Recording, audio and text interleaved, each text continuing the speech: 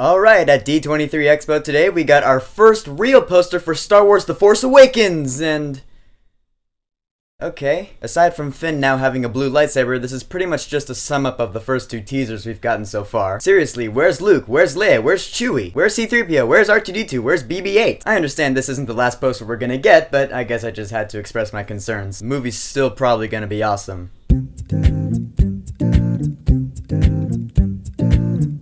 Star Wars Episode 3 Revenge of the Sith. So Episode 3 is the last movie in the Star Wars prequel trilogy. It's the most recent one we got. It came out 10 years ago. And it's actually the only Star Wars movie I ever saw in theaters when it originally came out. So I can't really explain what the movie is about without spoiling the end. But that's the thing, is that everyone already knows what happens in this movie. Everyone knows the main gist. If you don't know what happens in Episode 3, I'm pretty shocked. Basically, this is the one where Anakin Skywalker makes his complete turn to the dark side. And a lot of people see this one as the best of the prequel trilogy, and I do too. In fact, this movie is pretty good. It's not perfect, it has some major flaws for sure, but unlike Attack of the Clones, at least I can enjoy what I'm watching most of the time. The movie did a really good job of focusing on Anakin as the main character, showing us what he's going through. Now, of course, Anakin doesn't really start to turn until about halfway through the film, so in the first half of the film, you're seeing shit go down, and it's pretty boring. This movie does have a lot of boring scenes, I must admit. It's not so much about trade disputes as it was in The Phantom Menace, and it's not so much about a big cheesy love story like it was in Attack of the Clones. It's more about Palpatine trying to persuade Anakin, you know, come join the dark side. I can help you save Padme from dying, because Anakin is getting visions of Padme's death in childbirth for some reason. Yeah, Padme is pregnant in this movie, and Anakin is having visions or nightmares of her dying in childbirth. For no reason other than Palpatine to have a reason to persuade Anakin to come join the dark side. Yeah, it's pretty easy to figure out. Bad writing. Watching Palpatine trying to persuade Anakin to come to the dark side, you're watching it and you're like,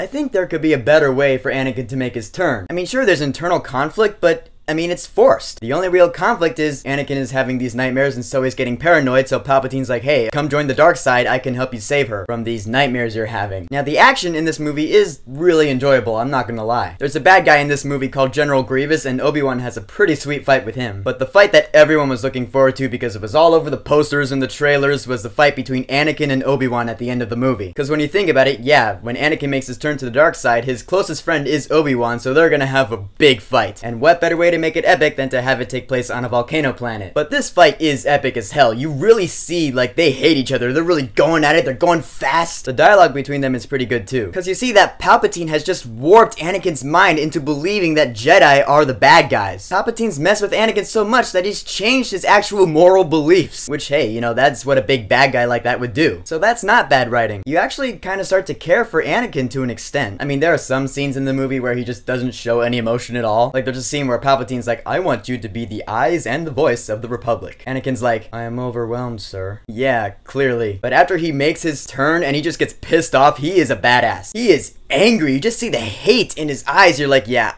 I don't want to mess with this guy because he's gonna kill me. So I really liked Anakin in this movie. That's a big improvement it made over Episode 2, where he was my biggest complaint about the movie. Everyone else in Episode 3 is pretty much just functional. You look at Obi-Wan, Padme, Palpatine, they're all just there to play their parts, but there's nothing really special about them or what they do. It's all about Anakin. That's not necessarily a bad thing, I'm just addressing it. And this being the direct prequel into the original trilogy, it does have some cool tie-ins, some stuff that leads into the original trilogy. Stuff you see, you know, at the end of the film where you're like, oh, that's gonna be, you know, this later. I think they did a pretty good job with that, setting up for the big story arcs. And at the end, and yeah, I'm pretty much gonna spoil it now, Anakin Skywalker has now made his complete transformation into one of the most legendary villains of cinematic history, Darth Vader. You see him rising up like that, you hear the music going on, it's all sad and epic. You're like, yeah, this is pretty good. They really handled the emotion well during that scene. There is no more Anakin Skywalker anymore. He is now Darth Vader, and he's badass. So yeah, in the end, Star Wars Episode 3 Revenge of the Sith is a pretty good setup story for Darth Vader and the original Star Wars trilogy. It had some good action, it did have some boring scenes. The writing wasn't spot on all the time, but sometimes it was. All the characters besides Anakin were pretty two-dimensional, but I think think they did a pretty good job with Anakin's story. This movie has an equal amount of good to go with the bad. I think you can go up to any Star Wars fan and they'll say, yeah, this is the best of the prequels. I mean, there are Star Wars fans who love the shit out of this movie, and I can't say I blame them. I like this movie. It's not perfect, but it's enjoyable. Does it hold a candle to the original trilogy? No! But it is the best of the prequels. So Star Wars Episode 3 Revenge of the Sith. Have you seen it? What did you think about it? How do you like it compared to the other two prequels? Whatever you think, go ahead and leave a comment. And